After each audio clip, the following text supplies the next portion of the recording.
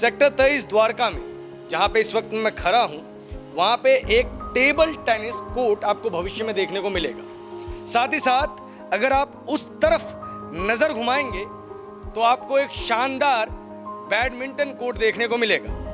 आपको लग रहा होगा कि कोई प्राइवेट ऑर्गेनाइजेशन ये विकास कार्य करवा रही है, या तो आप सोच रहे होंगे कि प्रभात रंजन मिश्रा आज किसी प्राइवेट स्कूल में आए हैं और प्राइवेट स्कूल के अंदर जो विकास कार्य हो रहा है, जो फैसिलिटीज़ बच्चों को दी जानी है, उसके बारे में बात की जा रही है। या तो आप सोच रहे होंगे कि दिल्ली सरकार के किसी स्कूल के अंदर मीडिया आज पहुंची है, लेकिन आपकी तीनों जो दृष्टियां हैं वो गलत है। ये एमसीडी का प्राइमरी स्कूल है, साउथ दिल्ली एमसीडी का प्राइमरी स्कूल, जो इतना भव्य बन रहा है, जो इतना शानदार बन रहा है, और इस स्कूल की निर्माण में महत्वपूर्ण भूमिका निभाने वाली पूर्व मेयर और नेता सदन कमलजीत सहरावत मेरे साथ हैं। कमलजीत जी, बेहतरीन मॉडल है, हमने पूरा देखा। कब तक, सबसे पहले ये बताइए, हमको ये कंप्लीट देखने को मिलेगा? अगर कोरोना नहीं आया होता तो इस समय तक ये कंप्लीट होता, क्योंकि 5-6 महीने का काम इसमें बाकी है, लेकिन पिछले 6-7 महीने काम बंद रहा है। अब ये दोबारा काम शुरू हुआ है, तो मैं उम्मीद करती हूँ कि दिवाली तक हमारा ये स्कूल तैयार हो जाएगा। हमने आपका कम्युनिटी हॉल कवर किया था, उस वक्त मैंने इस बात को बड़े ठोस तरीके से कहा था कि अगर आप वहाँ पे अपनी फैमिली फंक्शंस करवाएंगे तो आपको शर्म नहीं आएगी, लाज नहीं आएगी, उतना बेहतरीन ये बना था। मैं यहाँ पे आया हूँ, कार्य अभी अधूरा है, ईश्वर से प्रार्थना है कि जल्द से जल्द पूरा हो, लेकिन ये इस अधूरे ढांचे को देखते हुए भी मैं कहूँगा कि यहाँ पे जो बच्चा पढ़ेगा यकीनन उसको बहुत गर्व फील होगा, प्राइड फील होगा।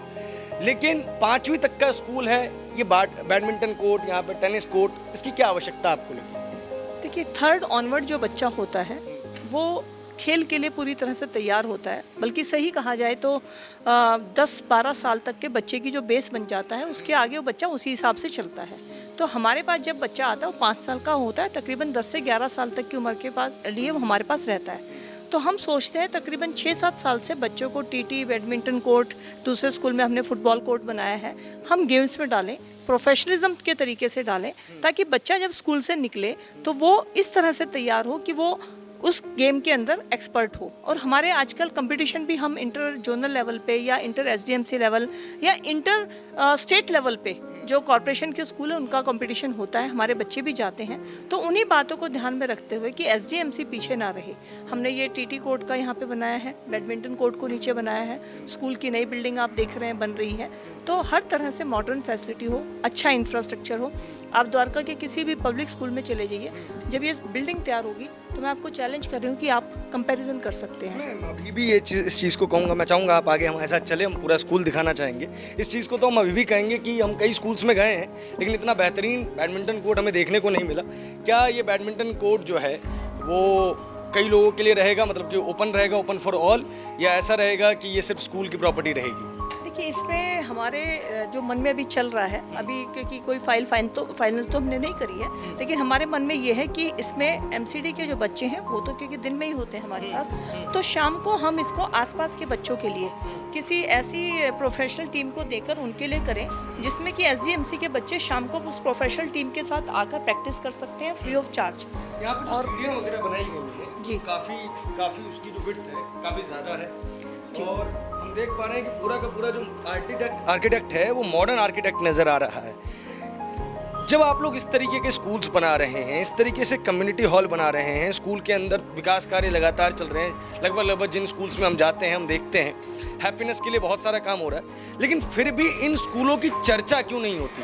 लोग इसे पहचानते क्यों नहीं? देखिए, आज की डेट में चर्चा करने के लिए सबसे बड़ी बात है कि बड़ी एडवर्टाइजमेंट देने की एक होड़ लग गई है दिल्ली में, और आप देख रहे हैं कि किस तरह से हमारे जो दिल्ली के मुख्यमंत्री हैं वो काम करते हैं 10 पैसे का और उसकी एडवर्टाइजमेंट करते हैं 100 पैसे की। जैसे डेंगू मलेरिया चिकनगुनिया का एक भी कर्मचारी नहीं है, एक भी मशीन नहीं है, लेकिन वो बार बार ऐड देते हैं कि हमने हटा दिया। तो मैं इसी तरह का एक उदाहरण देकर आपको कहना चाहती हूँ कि एडवर्टाइजमेंट में ही लोगों को लगता है कि जो पता चल रहा है टीवी पर या अखबारों से वो लोग उसी को सच मानते हैं, जबकि ऐसा नहीं है। ग्राउंड पे रियलिटी सवाल रहेगा, ये तो आपने हमें बैडमिंटन कोर्ट दिखाया, क्लासरूम के अंदर किस तरीके के नए चेंजेस किए हैं? क्योंकि बस्ता जो है वो जब जब भारी होता है बच्चों के ऊपर एक बोझ का कार्य करता है। उस चीज़ के लिए कुछ नया सोचा है क्या आप लोगों ने? बिल्कुल, जैसे ये हमारा आप देखेंगे क्लासरूम है, जी। तो इस क्लासरूम के आप देखिए कितनी बड़ी बड़ी विंडोज हैं, क्योंकि एरिया सबसे बड़ी बात है। आप क्लासरूम का साइज देख सकते हैं। ये एक अलमारी जो है हमने नया कॉन्सेप्ट जैसे पब्लिक स्कूल में होता है, हमने अलमीरा हर कमरे में दी है, ताकि जो बच्चे की बुक्स हैं वो अपना वो यहीं रख कर चले जाएंगे, और बच्चे जब जितनी ज़रूरत की किताबें हैं वही घर लेकर जाएंगे, एक्स्ट्रा चीज़ों को उनको हम यहीं पर रखेंगे। तो आप रूम का साइज़ देख सकते हैं, हवा का पूरा ध्यान है, रोशनी का पूरा ध्यान है, क्योंकि बच्चों को एक कंफर्टेबल माहौल मिलता है तो पढ़ने को मन करता है। फिर यहाँ पर स्मार्ट क्लास होंगी, ग्रीन बोर्ड होंगे, तो ग्रीन बोर्ड से बच्चों का विज़न क्लियर रहता है। तो यहाँ पे टैबलेट्स हम देंगे बच्चों को, यानी जितनी बिल्डिंग आपको अच्छी दिख रही है अभी, उतना ही अच्छा इंफ्रास्ट्रक्चर होगा।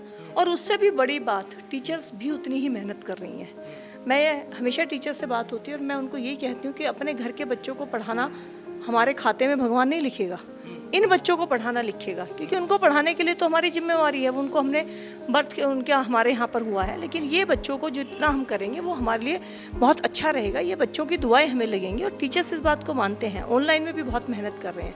तो इस स्कूल में आप अगर इंफ्रास्ट्रक्चर की बात करें बिल्डिंग वाइज, वो भी एक्सीलेंट होगा।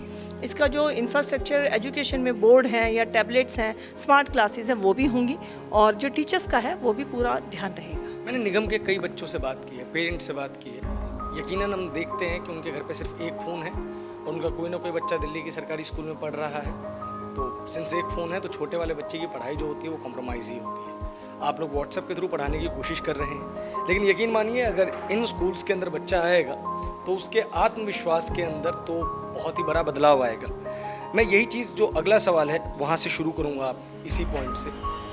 आत्मविश्वास बेहद ज़रूरी है, लेकिन आत्मविश्वास के लिए एक चीज़ जो और ज़्यादा महत्वपूर्ण हो जाती है वो यह हो जाती है कि पीछे से बैकअप कितना है। आप लोग ये कार्य तो कर रहे हैं, लेकिन आप ही लोग बार बार ये कहते हैं कि हमारे साथ फंड्स की बहुत बड़ी प्रॉब्लम है। अब दो ही सच हो सकते हैं, या तो आपके पास फंड्स की प्रॉब्लम हो सकती है या तो आप ये कार्य कर सकते हैं। सच आखिर है क्या?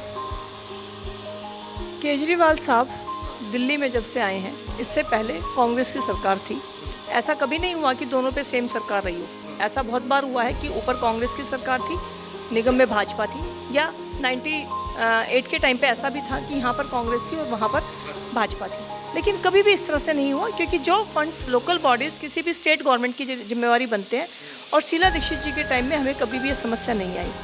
केजरीवाल जी ने शुरू में दिक्कत नहीं करी थी। एज अ मेयर मेरा तो एक्सपीरियंस है, लेकिन जैसे जैसे उन्होंने, क्योंकि शुरू में तो जब वो आए थे तो बड़ा मैं सबके लिए एक हूँ, इंसान का इंसान से वो भाईचारा, ऐसे नारे लेकर आए थे, और 1-1.5 साल वो रहे भी थे। वैसे मैं आज इस बात को कह सकती हूँ, लेकिन 1-1.5 साल बाद उन्होंने जो दिल्ली में राजनीति का रूप दिखाया, वो मुझे लगता है कि एक कलंकित रूप है। ऐसा नहीं होना चाहिए। अगर दिल्ली में रहने वाला, आपके स्कूल में पढ़ने वाला बच्चा आपके वोटर का बच्चा है, तो यहाँ पढ़ने वाला भी दिल्ली के वोटर का ही बच्चा है। वोट वो किसी को भी दे, आपको दे, हमें दे, किसी को भी दे, लेकिन वो दिल्ली के रेजिडेंट का बच्चा है। आप अपने स्कूल को तो फंड दे रहे हैं पिछले 3 साल से। इस साल की मैं कहूँ कि हमें सिर्फ कैपिटल हेड में कोई भी पैसा नहीं मिला, तो मैं ऑन रिकॉर्ड कह रही हूँ, ये पैसा हमारा पहले से सेंशन है, क्योंकि मैंने आपको बताया 8 महीने से तो काम बंद था, उससे पहले भी फाइल चलती है तो काम होता है। पिछले 2.5 साल से केजरीवाल सरकार कोई भी पैसा, इवन डेंगू मलेरिया चिकनगुनिया के जो लोग हैं वो 2010 में लगाए गए थे। क्यों? उस समय जब कॉमनवेल्थ गेम हुआ तो दिल्ली में बीमारी ना फैले, तो इनको रखा गया। दिल्ली सरकार की तरफ से एक प्रपोजल आया कि एमसीडी रखेगी, हमने रखा। फिर हटाया इसलिए नहीं कि ये बीमारी कई बार भयानक रूप दिखा चुकी थी कि इनको कंटिन्यू करना चाहिए। लेकिन आज उनकी सैलरी भी केजरीवाल साहब नहीं दे रहे हैं। तो इस समय मैं आपको, आप कहीं पर भी मेरे बयान को ले जाकर केजरीवाल साहब या उनके किसी ऑथराइज पर्सन का स्टेटमेंट ले लीजिए, अगर वो आपको ये पेपर दिखा दे कि उन्होंने स्कूल के कैपिटल हेड के लिए कोई पैसा दिया है। हमारा बल्कि बीटीए का एक पैसा होता है, बेसिक टैक्स असेसमेंट का पैसा होता है। जब प्रॉपर्टी ट्रांसफ़र होती है उसका 1% हमें मिलता है। जब आप लोग गाड़ी खरीदते हैं तो उसका 1%, लेकिन वो दिल्ली सरकार को पहले मिलता है, वहाँ से एमसीडी को ट्रांसफ़र होता है। वो शेयर भी हमें नहीं मिला है। जीएसटी केंद्र सरकार के पास जाता है, वो ट्रांसफर होता है। सेम इसी तरह से बीटीए होता है। तो हमारा 280 करोड़ कोर्ट ने ऑर्डर किया कि आप तीनों कॉर्पोरेशन को दीजिए, उन्होंने नॉर्थ को और ईस्ट को दे दिया। कोर्ट की झाड़ पड़ने के बाद पहले वो भी नहीं दिया, लेकिन हमें आज तक भी नहीं दिया। फिर अगर हम बात करें दिल्ली सरकार की, तो उन्होंने हमारे फंड्स को काट लिया कि हमने आपको पहले ज़्यादा दे रखे थे, अब हम आपका फंड काट रहे हैं। कभी ऐसा होता है क्या? ये बिल्डिंग बन गई, अगर अगले साल वो एजुकेशन का पैसा काटेंगे तो क्या हम इस बिल्डिंग को सेल कर सकते हैं क्या? वो पैसा तो लग गया ना। लेकिन इतनी घटिया राजनीति दिल्ली के मुख्यमंत्री कर रहे हैं, और कमाल की बात है वो मुफ्त कर रहे हैं। मुफ्त करें, हमें कोई दिक्कत नहीं है, लेकिन हमें हमारा जो बच्चों का शेयर है वो दे दे, हमारे कर्मचारियों का हिस्सा दे दें। दिल्ली में अगर सफाई कर्मचारी सफाई नहीं करेगा तो वो कैसे दिल्ली को पेरिस बना देंगे? हालांकि वो तो अभी वेनिस बनाने की तैयारी कर रहे हैं, नौका चलेगी थोड़े दिन में यहाँ पे, जो हाल बारिश में यहाँ पर हो रहा है। तो अगर बारिश होनी है तो उस काम को कौन देखेगा? एमसीडी। तो एमसीडी के लिए क्या उन्होंने कोई फंड एलोकेट किया कि आप बारिश आने वाली इस फंड को ले लीजिए? तो वो सोचते हैं कि मैं इनको फेल करूँगा तो ही मैं पास हूँगा, जबकि अगर केकड़ा भी ऊपर चढ़ता है, ऊपर वाला केकड़ा गिरेगा तो उसका बोझ नीचे वाले पे आएगा, तो सारे गिर जाएंगे। अगर एमसीडी फेल हो गई तो दिल्ली फेल हो जाएगी। ये बात उन्हें समझ में नहीं आ रही है। बहरहाल ये राजनीति अपनी तरफ जिंदा रहे, लेकिन ये जो स्कूल्स हैं वो लगातार बनते रहने चाहिए। आपको बधाई, आपकी एमसीडी को बधाई जो उन्होंने इतने बेहतरीन स्कूल्स का निर्माण करवाया है। जिस क्लासरूम में मैं अभी हूँ, यही क्लासरूम कुछ दिनों बाद देश के भविष्य का निर्माण करेगा, जो अभी खुद निर्माणाधीन है। दिल्ली नगर निगम लगातार नए स्कूलों का निर्माण कर रही है। मैं आपसे चाहूँगा कि आप दिल्ली नगर निगम के स्कूलों में भी जाएं, क्योंकि जो बेसिक समस्या है वो हमको देखने को मिलती है कि प्रेप से लेके 8वीं तक आमतौर पे दिल्ली हो या दिल्ली के बाहर का कोई बड़ा राज्य हो, पेरेंट्स अपने बच्चों को प्राइवेट स्कूल में पढ़ाते हैं और गवर्नमेंट उन प्राइवेट स्कूल्स को कंट्रोल करने की कोशिश में लगी रहती है। अगर वही गवर्नमेंट स्कूल्स बेहतर हो जाएंगे, अच्छी पढ़ाई देंगे, तो क्या गवर्नमेंट को प्राइवेट स्कूल को कंट्रोल करने की आवश्यकता रहेगी? क्या ये खींचतान रहेगी? इनके ऊपर भी आपको सोचना होगा। मानते हैं हम कि एजुकेशन और हेल्थ के ऊपर पब्लिक को इंटरेस्ट नहीं आता, लेकिन हमारा काम है कि जो चीज़ बुनियादी है, जो चीज़ ज़रूरी है, उसकी खबर आप तक पहुंचते रहें।